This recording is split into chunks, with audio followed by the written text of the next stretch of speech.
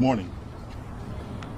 We are here today to bring to your attention some information Unite the People believes is exculpatory in Mr. Daystar Peterson's case, professionally known as Tory Lanez.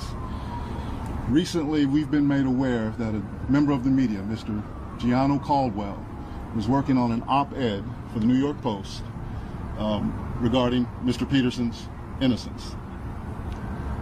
During his work on that op-ed, he became aware of some information in Unite the People's possession regarding a statement that was given to Unite the People by someone with information relevant to that case.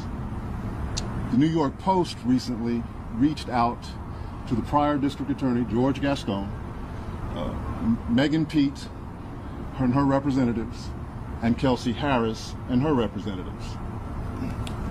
The only party that responded last week was Megan Pete's representatives with a request for more information. A few days later, Mr. Peterson's brutally attacked in his jail cell.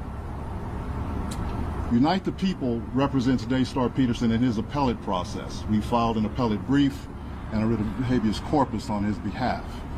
The district attorney's office has already responded. The case is fully briefed. We're just waiting for the appellate court's decision. We were willing to wait for the bodyguard and driver for Ms. Kelsey Harris during Mr. Peterson's trial. As such, he was in close proximity and he had privy to conversations she was having with her husband and others.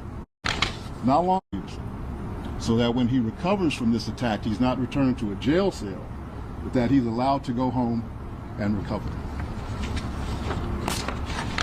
Not long ago, Unite the People was approached by a gentleman named Bradley James. Mr. James informed us he was working as the bodyguard and driver for Ms. Kelsey Harris during Mr. Peterson's trial. As such, he was in close proximity and he had privy to conversations she was having with her husband and others. Mr. James informed us he was not under a non-disclosure agreement or a confidentiality agreement and was free to speak with Unite the People, and that he was doing it because his conscience would not let him not speak and leave a man in prison for something he did not do. Mr. James informed Unite the People that he was a witness to the conversation Ms. Harris had, where she stated she had the gun, she fired it 3 times, Mr. Peterson grabbed her arm and knocked it down, and the gun fired 2 more times. In essence, Mr. Peterson never shot anybody, never even touched that gun, never fired the gun. This statement aligns with the statement of the only non-party witness to the case, Mr. Sean Kelly, who at trial testified he saw 2 women fighting, 2 men break up the fight, 1 man grabbed the other one's arm. Gunshots came from the passenger side. The passenger side is where Ms. Harris was sitting. This further iterates that Mr.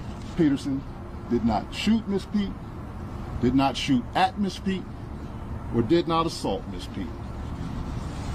It's just another irregularity in a list of irregularities in this case.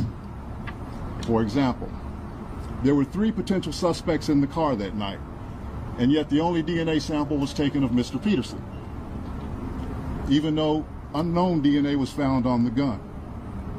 Why wasn't Ms. Harris's DNA taken? Or was it taken and the information simply never given to the defense? Why wasn't the driver of the car, Mr. Jaquan Smith's DNA taken? Or was it taken and again, simply not given to the defense? We don't know. It should have been taken. It is Unite the People's understanding, regular LAPD practice at a crime scene like that, anybody who's there, the DNA is taken. Another irregularity. Why, at Ms. Harris's police interview, was a non-lawyer, non-family member record company executive allowed to participate? Highly irregular situation. Normally, we see cases, strangers are not allowed in these things, but it was in this case. All of these things point to the highly irregular nature of his trial and his conviction. It is our contention that he was wrongly convicted. And while we at first were willing to let the process play out, it is our contention now that if he is not pardoned or released promptly, he may never come out. And that would be the ultimate injustice, is that he gets killed in prison.